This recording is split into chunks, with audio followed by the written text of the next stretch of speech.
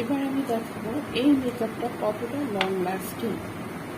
আমি পানি স্প্রে করব, দেখো এই পানি স্প্রে করছি, দেখো কিন্তু আমার মেকআপ।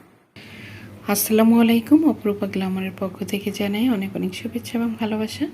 তোমরা কেমন আছো? আশা রাখি ভালো আছো। আজ তোমাদের জন্য একটি নতুন ভিডিও শেয়ার করব।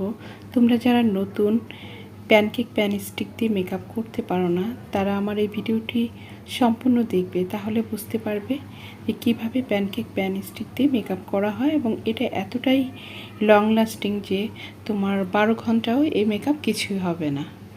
তাহলে দেখো আমি কিভাবে প্যানকেক প্যান স্টিক দিয়ে মেকআপ করে থাকি। প্রথমে তোমরা স্কিনটাকে অবশ্যই ক্লিন করে নিতে হবে। এরপর যে কোনো একটা ময়শ্চারাইজার নিয়ে নেবে। আমি যে ময়শ্চারাইজার নিয়েছি এটা ময়শ্চারাইজার প্লাস প্রাইমার। আমার এইটা ব্যবহার করার পর কোনো বাড়তি কোনো প্রাইমার দিতে হবে না। এটা আমার হোমমেড ময়শ্চারাইজার। তোমরা চাইলে আমার এই ভিডিওটা দেখতে পারো। আর এখানে আর লাগবে একটি স্পঞ্জ। স্পঞ্জটা অবশ্যই ভিজিয়ে নিতে হবে। আর লাগবে, আমি এখানে নিয়েছি গোপীনাথের প্যান স্টিক। এটা 21 নম্বর প্যান স্টিক। আজ আমি যে মেকআপটা করব এটা ফর্সা যারা মানে উজ্জ্বল শ্যামলার চেয়ে একটু লাইট, তারা এই মেকআপটা এই প্যান স্টিক দিয়ে করতে পারো। আর লাগবে, এখানে আমি 21 নম্বর নিয়েছি, এটাও গোপীনাথের।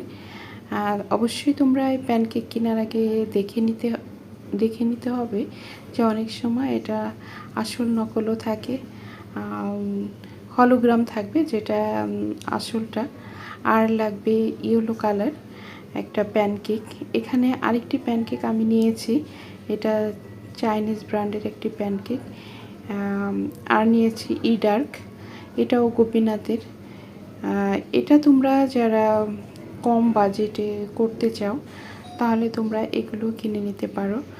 আর এই ডার্কটা এতটাই ভালো, দেখো আমার প্রায় শেষ পর্যায়ে আমি এতটাই ব্যবহার করে থাকি।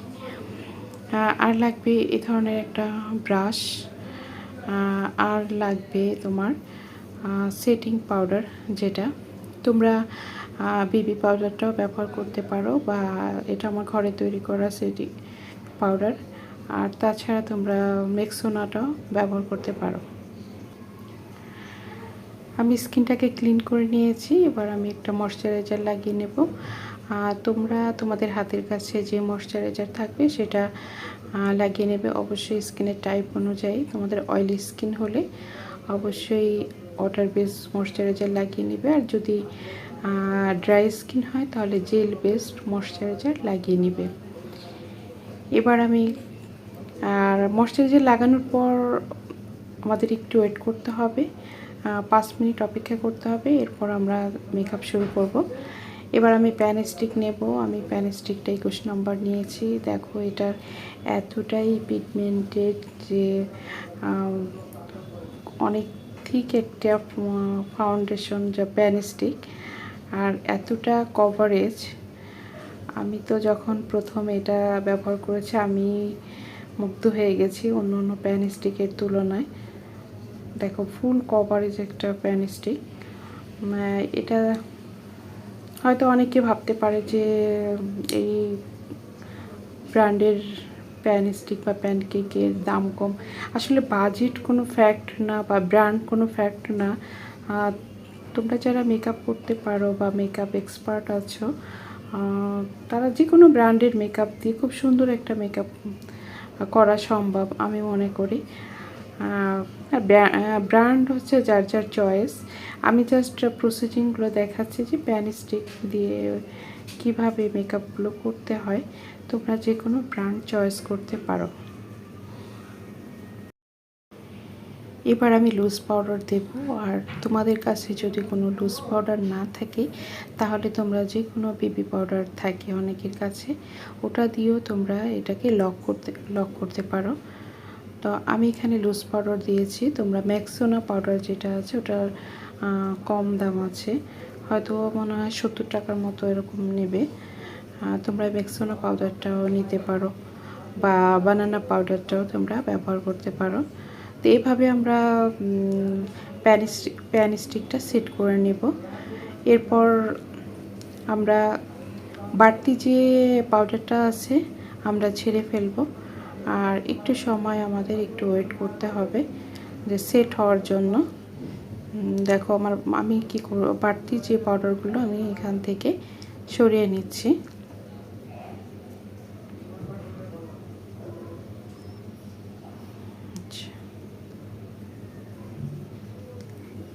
এবার আমি পানি স্প্রে করব এবং পানি স্প্রে করে এটাকে লক করে দেব যেন আমার স্টিকটা যেন না সরে।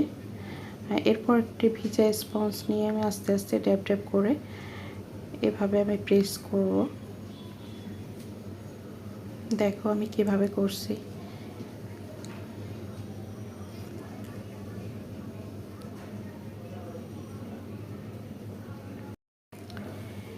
এবার আমি প্যানকেক নেব। আমি এখানে 21 নম্বর প্যানকেকটা নিয়েছি। আর প্যানকেক কেনার সময় অবশ্যই তোমরা দেখে কিনতে হবে। এটা 1 নম্বর 2 নম্বর আছে, যাতে নকলটা তোমরা না কিনো, এটা সবসময় খেয়াল করতে হবে। আমি প্যানকেকটা একটু পানি দিয়ে ভিজিয়ে নিয়েছি, কারণ এটা এতটাই হার্ড থাকে। আর প্যানকেক প্যান স্টিকের পানির ব্যবহারটা একটু বেশি হয়। তা আমি ওখান থেকে প্যানকেক নিয়ে আবার আমি প্যানকেক দিচ্ছি। এভাবে তোমরা চেপে চেপে বসিয়ে দেবে, তাহলে মেকআপটা অনেক লং লাস্টিং হবে। আমরা আরেকবার নিব, আরেকবার আমরা বসিয়ে দেব। এরপর আমাকে নিতে হবে যে আরেকটি কালার। আমরা যদি ন্যাচারাল কালার চাই অবশ্যই ইয়েলো কালারটা ব্যবহার করতে হবে, তাহলে আমার মেকআপটা অনেক ন্যাচারাল দেখাবে। যেহেতু আমাদের এশিয়ান টোন ইয়েলো টোন হয়ে থাকে, বেশিরভাগ মেয়েদেরই ইয়েলো টোনটা হয়ে থাকে, এর জন্য আমাদের স্কিনে এই ইয়েলো টোনটা খুব ভালো যায়। এবার আমি ইয়েলো টোনটা নিব, আর সাথে আবার আমি 21 নম্বরটা মিক্স করব। এই দুটো মিক্সিং করে তারপর আবার হালকা হালকা চেপে চেপে আমি বসিয়ে দেব। আর এই প্যানকেক প্যান স্টিকের মেকআপটা আসলে এতটাই লং লাস্টিং করে যে কোনো ভয় থাকবে না। অনেক সময় এটা নিয়ে অনেকের ভয় থাকে যে মেকআপ সরে যাবে কিনা, এই ধরনের কোনো চিন্তাই থাকে না যদি ঠিক মতো বসানো যায়। তা আমার ভিডিওটি অবশ্যই তোমরা না টেনে প্রথম থেকে শেষ পর্যন্ত দেখার চেষ্টা করো, তাহলে তোমাদের আর বাড়তি কোথাও যে প্রশিক্ষণ নেওয়া লাগবে না। তোমরা যদি সেভাবে শিখতে চাও, আমি স্টেপ বাই স্টেপ একদম ব্রু প্লাকের থেকে শুরু করি A to Z আমি শেখানোর চেষ্টা করব। আমি যতটুকু জানি ততটুকুই তুলে ধরব। তোমরা যারা বিগিনার আছো,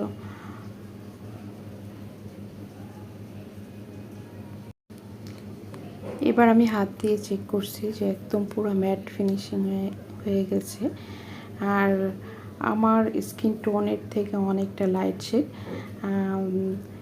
এখানে আসলে আমি দেখিয়েছি যারা ফর্সা স্কিন তারা কীভাবে প্যানকেক প্যান স্টিক দিয়ে তোমরা সুন্দর একটি বেস তৈরি করতে পারো। এবার আমি দেখাবো, এবার আমি আবার লুজ পাউডার দিয়ে আমার মেকআপটা সেট করে নেব।